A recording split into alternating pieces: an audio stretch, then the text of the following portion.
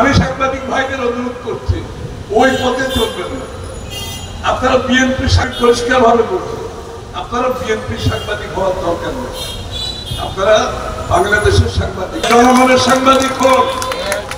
আমরা দেশে আপনারা শেখ হাসিনা পালিয়ে যাওয়ার পরে তারেক রহমান সাহেবের কে বিদ্রোহ করে একটি কার্টুন ছাপিয়েছিল, দেখেছেন না? একটি কার্টুন ছাপিয়েছিল তারেক রহমান সাহেবকে বিদ্রোহ করে। কিন্তু হলোটা কি? তারেক রহমান সাহেব স্ট্যাটাস দিয়েছে, কি দিয়েছে? তিনি বলেছেন আমরা গত ১৫০ শতক যুদ্ধ করেছি। এই একটা কথার মধ্যে সব মেসেজ চলে আসছে না?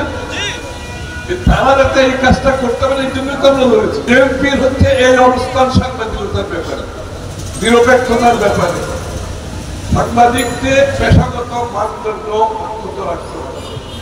এইটাই হবে নতুন বাংলাদেশের অর্থনৈতিক অধিকারের কথা ধরতে পারে, সামাজিক অধিকারের কথা তুলে ধরতে পারে, তাহলে হবে শান্ত সাংবাদিকতা।